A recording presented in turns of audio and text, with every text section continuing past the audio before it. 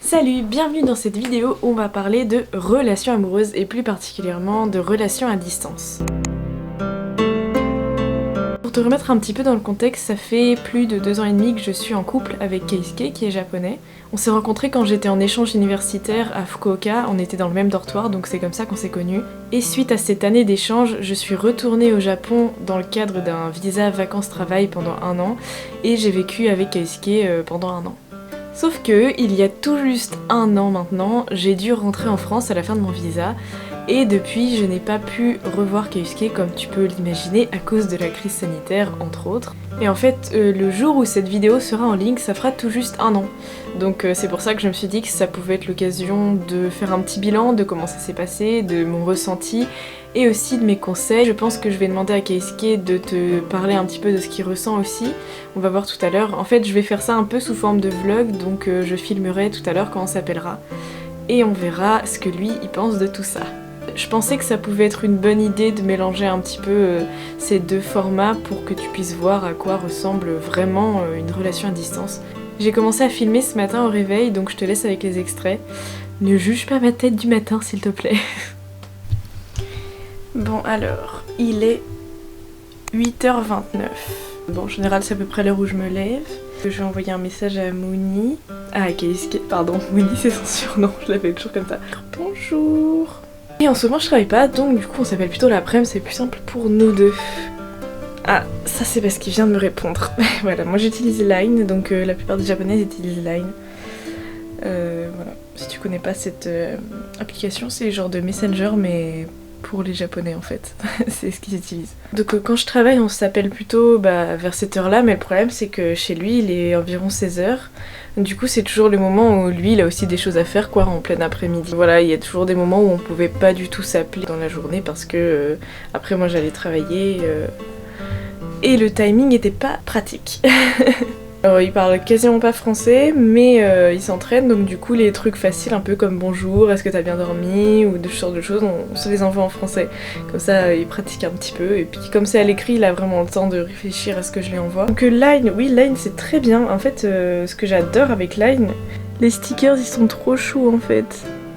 Genre tu vois, par exemple t'as lui, hop ça fait ça, et genre lui des fois il me répond celui-là. Oh, j'aime trop. On est d'accord, c'est trop chou. Voilà. Voilà, j'espère que tu as apprécié ma tête de meuf pas réveillée. Maintenant, je voudrais te parler un petit peu plus de mon ressenti, de comment s'est passée cette année et te donner quelques conseils si tu es dans une situation similaire. Alors, au niveau de mon ressenti, je pense que j'ai de la chance pour ça. C'est pas très compliqué pour moi. Bien sûr, il y a des moments où je suis triste, où j'ai des coups de blues, où j'en ai marre d'être loin de lui, mais franchement, dans l'ensemble, ça va. En fait, notre relation avec Keisuke, elle est hyper forte. Genre, on a déjà vécu pas mal de choses tous les deux. On a vécu pendant 1 an dans un 20 mètres carrés, on a voyagé dans des conditions pas très pratiques parfois pendant quelques semaines, et puis on avait déjà été séparés une fois pendant quelques mois à la fin de mon année d'échange. On a aussi rencontré nos familles respectives. Enfin bref, je pense qu'on est plus ce qu'on pourrait appeler un jeune couple. Du coup, ça nous aide quand même parce qu'on a déjà des bonnes fondations, des bonnes bases en fait. Maintenant, je voudrais te donner quelques conseils, les choses que j'ai appris sur les relations à distance pendant cette année, les choses qui m'ont, je pense, aidé à tenir le coup sans que ce soit trop compliqué. En fait, il y a 3 grands piliers qui sont la confiance, la communication et les projets en commun. Je vais te détailler un petit peu tout ça. J'ai une confiance limite aveugle en Keisuke et lui c'est pareil pour moi.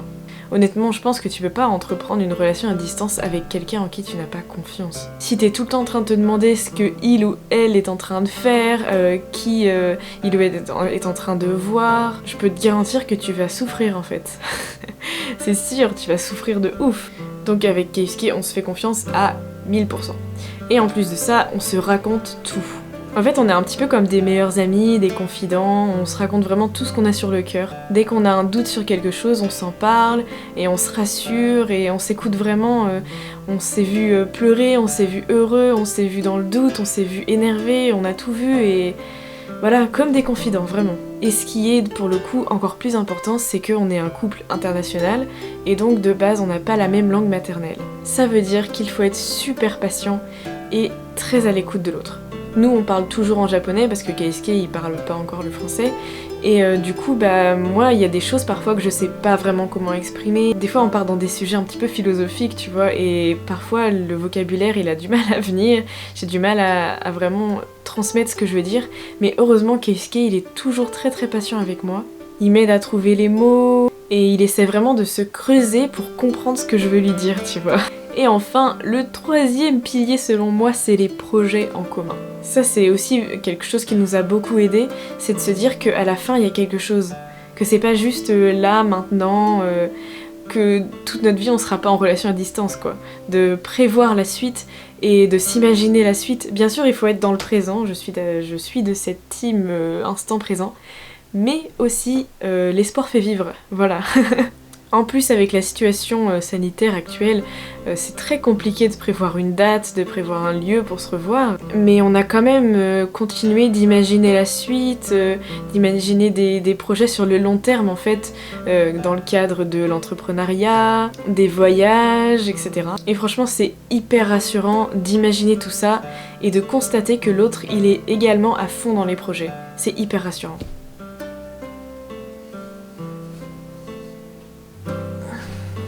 Bon voilà, sur le coup, c'est les choses qui me sont venues à l'esprit en termes de conseils et de ressentis.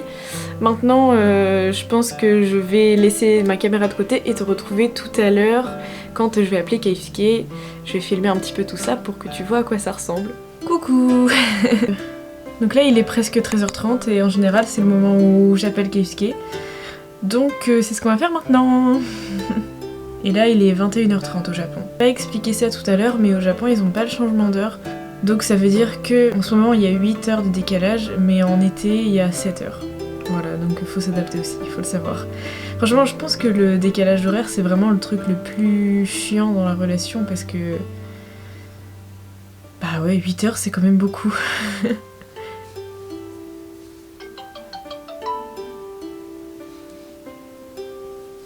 Coucou. Ça va? Oui, ça va. Ça va? Oui, ça va. ね、ちょっとごめんけど、カメラ置いたよ。おう。まあ、全部撮るわけじゃないけど、ちょっとだけ、ね、撮る。あ、今撮ってんの？うん、今撮ってる。ね、遠距離恋愛のことを話したいなら、言っていいよ。っていうか、俺たちの電話っていつもあれじゃん。なんか、今日なんか、あれしたよ、これしたよ、言えなきゃっていうか。うん。じゃあ今日は何した？今日はね、まあ、散歩して、でその後、ツタヤ行ったんよね。うん。で、小説買った。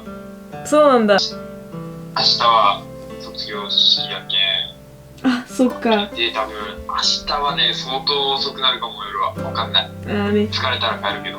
分かった。猫聞こえた。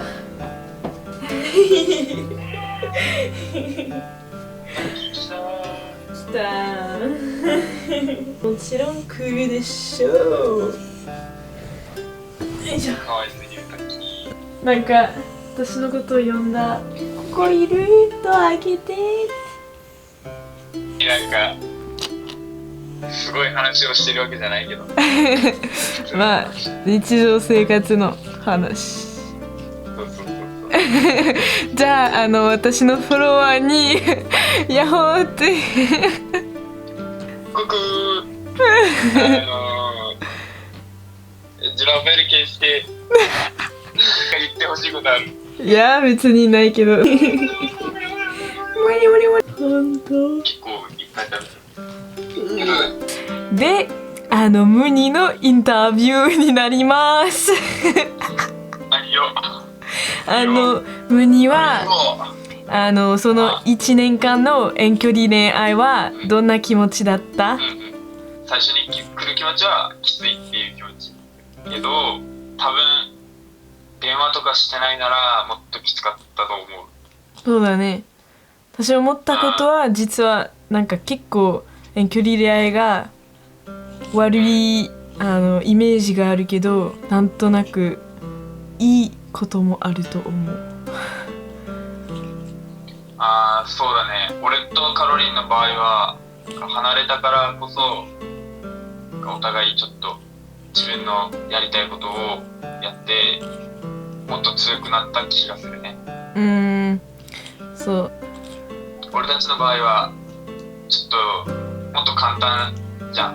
俺はまだ大学生だし、マカロニもちょっと自由になんかいろいろできる時だったから、ちょっとラッキーだったかもしれない。そうだね。なんかみんなが毎日電話できるわけじゃないよね。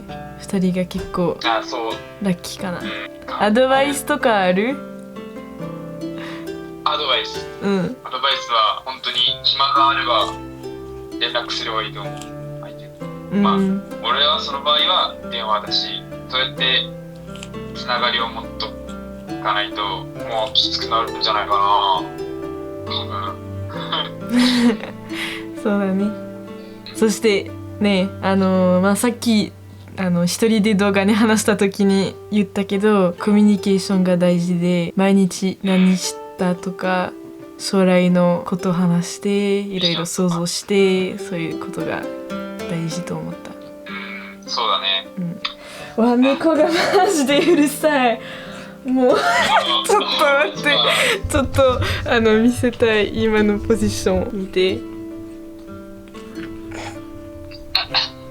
ずっとさっきからシャワーしてるけど超うるさい。動画でめっちゃ聞こえるのかな。じゃあもう終わり。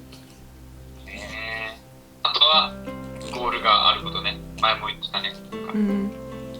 遠距離が終わるっていうのを知ってるから怖くない。まあでもね、今年はね、今はゴールはわかるけど、今年知らなかったもん。ずっといつ会えるか知らなかったもん。お母さんが来た。ちょっと待ってなんかこの動画マジでc'est de faire des vidéos mais entre lui qui fait du boucan vraiment おもろいね。いっぱい来るやん。そう、何この動画本当に。いいちゃん来たらおもろいな。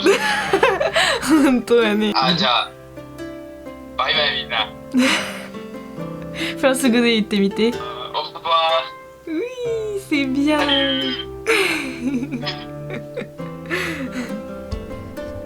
Bon bah voilà, on a fini de s'appeler. J'ai pas tout filmé hein, quand même, parce que sinon c'était assez long. À vrai dire, on est resté 1 heure au téléphone là, à peu près. Parfois on reste moins, parfois plus aussi, ça arrive, ça dépend les disponibilités de chacun et puis ce qu'on a envie de faire. Mais en général, on reste assez longtemps au téléphone parce que, je sais pas, on finit toujours par partir dans des conversations hyper barrées, dans des trucs philosophiques et tout, donc ça nous prend des heures. Voilà. Et je suis désolée pour mon chat qui a vraiment fait du bruit pendant toute la vidéo tout à l'heure. J'espère que ça s'est pas trop entendu. Mais en fait, pour t'expliquer, il a des problèmes de respiration parce qu'il a eu une maladie quand il était petit. Et maintenant il fait vraiment du bruit quand il se lave, quand il respire, quand il dort, quand il respire quoi. Du coup, voilà, c'est un petit peu bruyant des fois. Mais bon, c'est comme ça. Pauvre petit chat. Je pense qu'on a à peu près tout dit, il n'y a pas vraiment de grand chose à dire de plus. N'hésite pas si t'as des questions en particulier, j'essaierai d'y répondre au mieux. Et en général, il va se coucher vers 16h pour nous, on va dire 16h heure française. Quand il travaille le matin, il se réveille vers 23h, minuit, heure française. Et donc du coup, je peux lui dire bonjour avant de moi aller me coucher. Au final, c'est vrai que le décalage horaire c'est très chiant, mais on arrive quand même à trouver des moments pour se parler. Il faut juste qu'on n'ait rien de spécial de prévu dans la journée. Mais par exemple, demain, il va avoir sa cérémonie de remise des diplômes à la fac, donc je pense que je vais pas pouvoir l'appeler, mais on verra ça demain. Du coup, c'est à peu près ça le quotidien d'un couple en relation à distance France-Japon. En tout cas, de notre couple à nous. Écoute, tu peux venir me rejoindre sur Instagram ou aller rejoindre Keisuke sur son compte Instagram si tu veux. Je te mets tout en barre d'infos. Et puis n'hésite pas à me dire ce que tu as pensé de ce petit concept de vidéo qui change de ce que je fais d'habitude.